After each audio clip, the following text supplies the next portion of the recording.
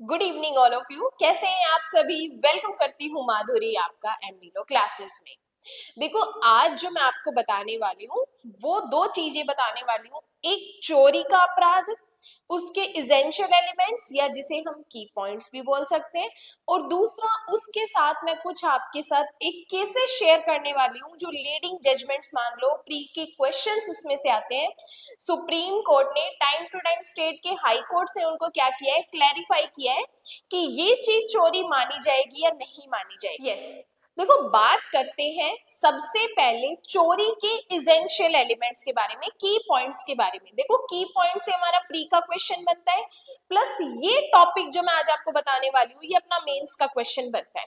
सबसे पहले आप ये समझो कि जब चोरी का अपराध गठित होने के लिए क्या की पॉइंट्स, क्या शर्तें हमारे लिए जरूरी होती है। 5 चीजें मैं आपको इस क्लास में बताने वाली हूँ। 5 की पॉइंट्स, आपकी डेफिनेशन क्रिएट हो जाएगी, प्री के क्वेश्चंस क्लियर हो जाएंगे। सुनना, देखो एक चोरी का अपराध करने के लिए क्या चीजें जरूरी है। सबसे पहले प्रॉपर्टी किसी के पोजेशन में होनी चाहिए। क्या कहा?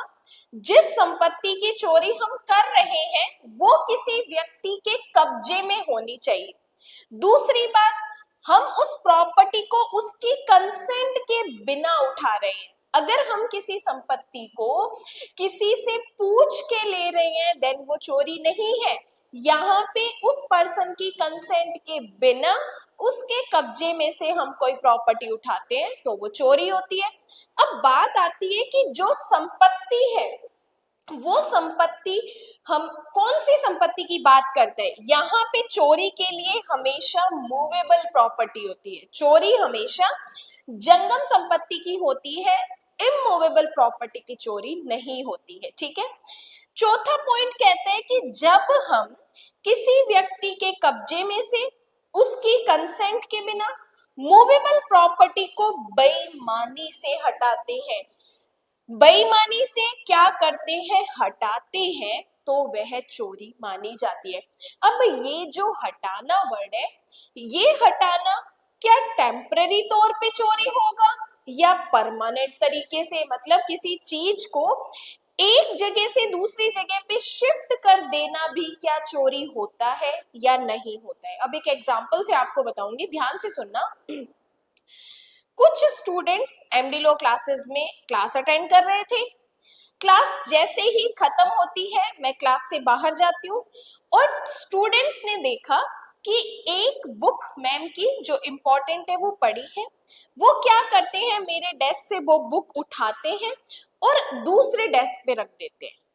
अब उनका इंटेंशन अगर यहाँ पे ये था कि बुक बीच में पड़ी है तो साइड करके रख देते हैं तो ये चोरी नहीं है। लेकिन अगर उनका इंटेंशन ये था कि बुक यहाँ से उठा के एक बार साइड रख देते हैं, जैसे ही कोई नहीं होगा तो यहाँ से ले जाएंगे, देन वो चोरी मानी जाएगी। कि यहाँ पे सिर्फ आप बुक उठाते हो और उसको दूसरी जगह पे शिफ्ट करते हो तो भी वो क्या मानी जाएगी, चोरी मानी जाएगी। तो अब फिर से इन की पॉइंट्स को देखेंगे, फिर से एक की पॉइंट्स देखेंगे कि क्या कहा, चोरी करने के लिए किसी व्यक्ति के संपत्ति कब्जे में प्रॉपर्टी होनी चाहिए, उसकी कंसेंट के बिना मूवेबल प्रॉपर्टी को बेईमानी से हटाते हैं तो क्या हो जाएगा, चोरी हो जाएगा। इस तरीके से आप सिर्फ इन 5 की पॉइंट से अपने मेंस की डेफिनेशन लिख सकते हो।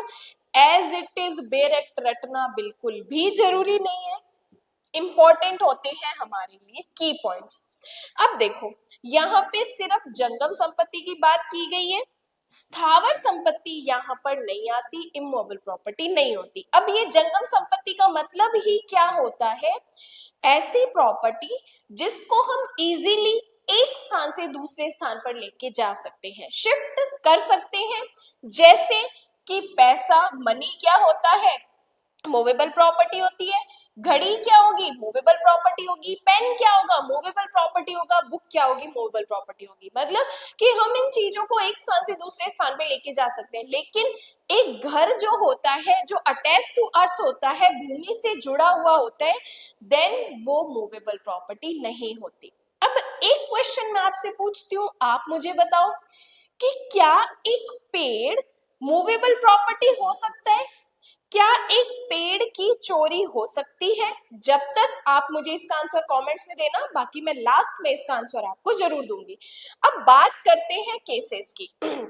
पहला केस है गुलजार वर्सेस स्टेट ऑफ एमपी, 2008 का केस है सुप्रीम कोर्ट का, गुलजार वर्सेस मध्य प्रदेश राज्य 2008। इस केस में क्या हुआ था, एक अभियुक्त था जिसने बस में से अटैची चुराई थी, ठीक है। अटैची चुराने के बाद उसके एक पर्सन है जिसकी अटैची थी, उसने परिवाद किया, कंप्लेंट की या एफआईआर की।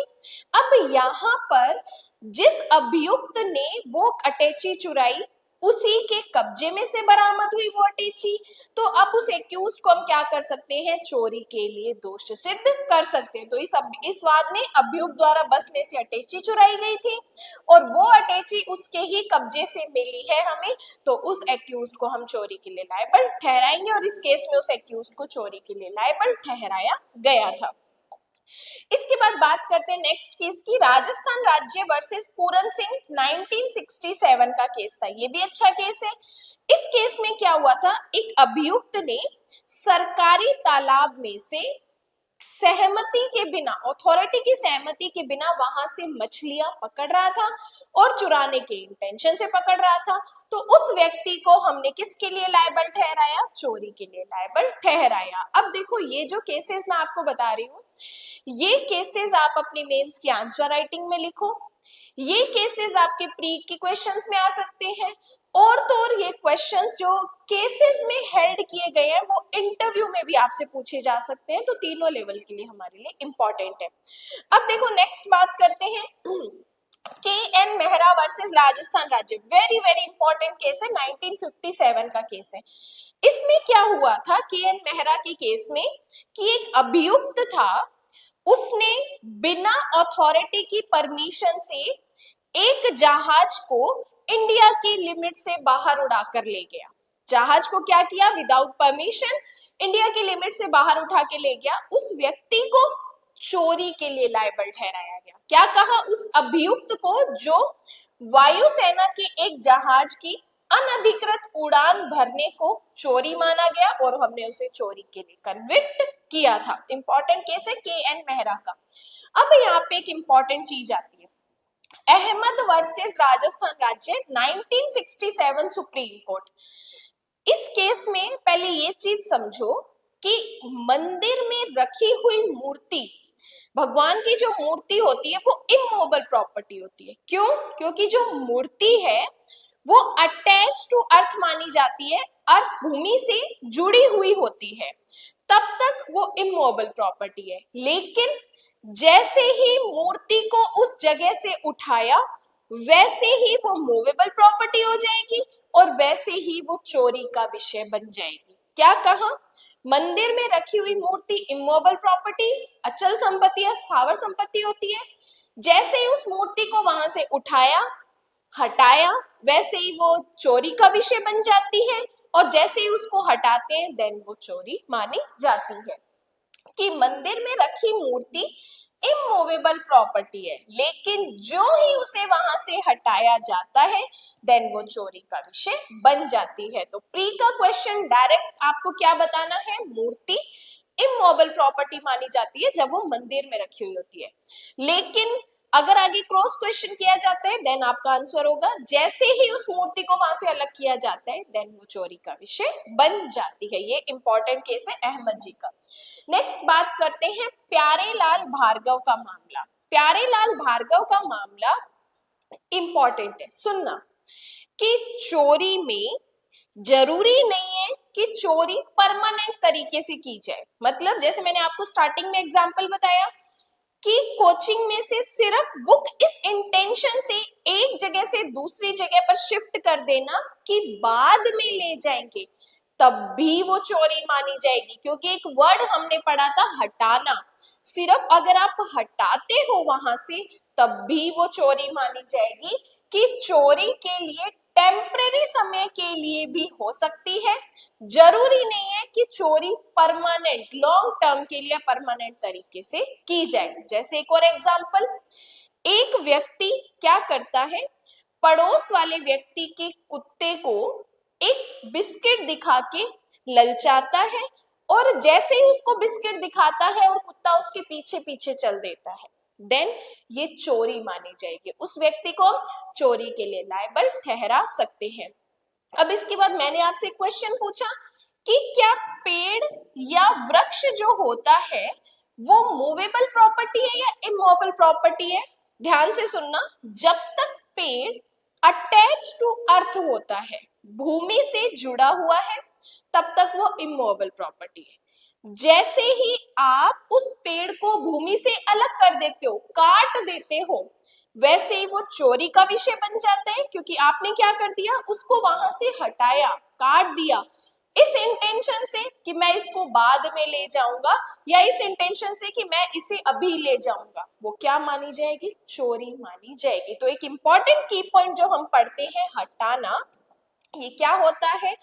हटाना टेम्परेरी टाइम के लिए भी हो सकता है, परमानेंट टाइम के लिए भी हो सकता है। और एक और चीज सुनो, जब भी चोरी के लिए किसी प्रॉपर्टी को हम हटाते हैं, वो प्रॉपर्टी किसी व्यक्ति के कब्जे में होनी चाहिए, कंसेंट के बिना। मूवेबल प्रॉपर्टी को बेईमानी से हटाते हैं, डिसऑनेस्टली हटाते हैं, तो वो क्या मानी जाती है? चोरी मानी जाती है। तो ये कुछ केसेस थे हमारे चोरी के एसेंशियल एलिमेंट्स के साथ। आप इन केसेस को डिफाइन कर सकते हो, जो कि हमारे लिए वेरी इंपॉर्टेंट है। और तो और मेंस के आंसर राइटिंग में आप इस मूवेबल प्रॉपर्टी को भी डिफाइन कर सकते हो, कौन कौन सी चीजें मूवेबल प्रॉपर्टी होती है। जो चीजें मैंने आपको बताई है वो चीजें सारी आप नोट्स में लिखो। सिर्फ जो मैं यहाँ लिखा हुआ है वही इंपॉर्टेंट नहीं है, जो चीजें मैं बोलती हूँ उन पे भी फोकस करना है और उन चीजों को भी नोट करना है। देखो आज 11 फरवरी है, 11 फरवरी में अभी जो हमारा 3 ईयर सेलिब्रेशन बैच के रजिस्ट्रेशन चल रहे हैं, उसमें सिर्फ और सिर्फ 5 सीट्स लेफ्ट बची है, 5 सीट ही बची है। 14 फरवरी से ये हमारी क्लासेस स्टार्ट हो रही है। आप अपना रजिस्ट्रेशन कंटिन्यू करवा सकते हो, क्योंकि इसमें हम 7 मेजर सब्जेक्ट, 7 माइनर सब्जेक्ट करने वाले हैं, जिसमें नोट्स फ्री रहने वाले हैं, टेस्ट सीरीज फ्री रहने वाली है, प्रॉब्लम सॉल्विंग क्लास रहने वाली है, मेंस की आंसर राइटिंग भी इसमें रहने वाली है। तो 7 मेजर और 7 माइनर सब्जेक्ट का ये कंप्लीट जुडिशरी का बैच आप ज्वाइन कर सकते हो। डिस्क्रिप्शन में आपको एक नंबर मिल रहा होगा, उससे हमें कॉन्टेक्ट कर सकते हो। रजिस्ट्रेशन फॉर्म सबमिट कीजिए, सबमिट करके फीस का स्क्रीनशॉट भेज के आप अपनी सीट को बुक कर सकते हो। वेरी इंपॉर्टेंट है, 80% डिस्काउंट करके ये क्लासेस जो है आपको प्रोवाइड करवाई जा रही है। सिर्फ 10,000 में आपको इतने सब्जेक्ट मिलने वाली हैं, और अगर आप कोचिंग के मेंबर हो देन आपको ये फीस सिर्फ और सिर्फ 8,000 में रहने वाली है। बाकी आज की क्लास आपको कैसी लगी है उसके लिए लाइक और कमेंट जरूर करना। बाकी आज के लिए धन्यवाद।